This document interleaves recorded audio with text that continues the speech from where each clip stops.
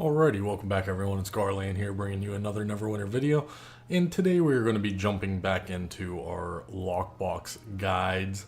As you can clearly see, we are on the PC today, which is a change of pace for the most part. Today we are going to be discussing the Merchant Prince Lockbox, which is the Mod 12 Lockbox. So without further ado, let's go ahead and jump right into it. So right off the bat, you're going to notice that the legendary pool is actually a pack. It's the legendary Tyrannosaur pack.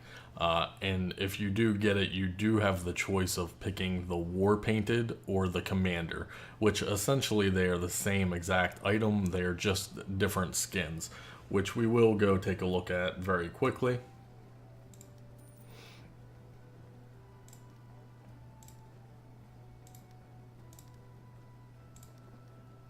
So as you can see here, the Commander Tyrannosaur, it summons a Tyrannosaur, rooting your enemy for 5 seconds, and it also has a 10% debuff.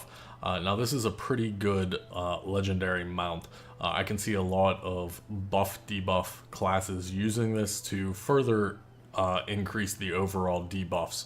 As your equip power, it's going to be a split stat, which is going to be 2,000 power and 2,000 armor pen. So as I said, there's two different skins to it. The Commander Tyrannosaur, as well as the War Painted. And it's basically the same skin, except this one has War Paint on it. So if you do win the pack, you will be able to choose whichever one you do like. Jumping right into it then, is the Calvary Tyrannosaur, which is going to be the epic version. It's going to be split stats of 1,000 power and 1,000 armor pen. And it does have some slight differences to it. It does have spikes coming off the back as well as, you know, the skull. Now, the legendary pack most likely is going to fetch a pretty penny because everyone is going to want a Tyrannosaurus Rex to ride around on. So basically just keep an eye on the market when Mod 12 eventually launches on console. I can see that the legendary T-Rex pack is going to be pretty high, but as the market becomes saturated, it will slowly go down. The epic version, of course, will reflect the price of the ADX most likely, as you can, you know, eventually buy this from the Wondrous Bazaar and future mods. Moving right along, there is another epic pool out of the pack, and it is going to be the Tamed Velociraptor, which is a companion. So if we do look at the companion, it does have a neck slot, a sword knot, and a talisman. The active bonus is part of the pack set. This one is granting damage. It also has a defensive slot and 2 offensive slot. Not a very good summon companion. Its powers don't really do anything for, you know, to benefit the group. This will be a subpar pool, unfortunately. You know, once the market becomes saturated with them, I'm sure you'll be able to pick one up fairly cheap. The only problem is with the active bonus is that everyone in your party is going to need either the damage one or the defensive one to take full effect. So there is 2 epic pools as well as the legendary pool. Moving right along, we do have the normal mount pack, which is the Jungle Cat mount pack. So we have the Leopard of Schult, a heavy tiger, a medium tiger, and a panther. Nothing too special out of this pack. The only thing I want to note is that they have finally removed all the green insignias. You're only going to get epic and rare insignias out of this pack. Moving right along, we have the Enchantment Pack.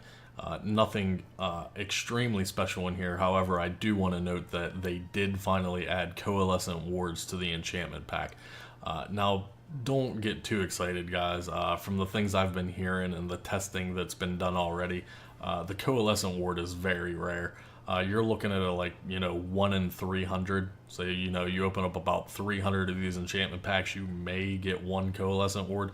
So it is nice that they have added the Coalescent Ward for a chance to get it. However, the drop ratio is fairly low.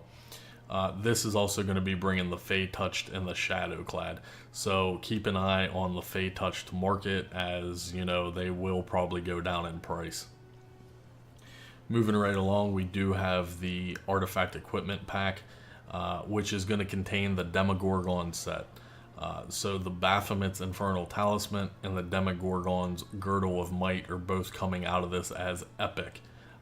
So as I have told you guys before, if you watch me on Twitch, we've talked about this numerous times. The Demogorgon's Girdle is a very high tier item. It's selling for about 500k on Xbox and even higher on PlayStation 4.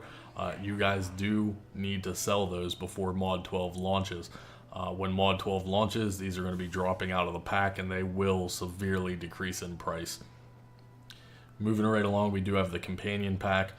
Nothing too special in here other than the Epic Golden Lion is going to be in here, as well as the Crab, and then the Hawk and the Face Spider. One more thing to note is that rank 7 runestones are still not back in this box, so this is still a very exceptional box that you want to, keep on to and hold for 2x enchantment events. And then finally, we have the Stronghold Pack, which is of course just all your vouchers. Nothing too special in here. And then wrapping out the Merchant Print Lockbox is going to be the Tarmaloon Trade Bar Jackpot. So overall, this is a very strong box. It will rival the Glorious Resurgence, and it might even be better profit-wise and profit margin than the Glorious Resurgence. There's really not that many bad pulls that you have the possibility of getting. There's only the Stronghold Pack, which can still yield you money if you know how to appropriately use it. So there's really not that many bad pulls out of this lockbox. I would highly recommend this lockbox if you're looking for profit margins. But that's going to wrap up the Merchant Prince lockbox guide, guys. This is for Module 12. If you guys have any questions, as always, be sure to please leave me a comment below. And I'll see you guys in the next video.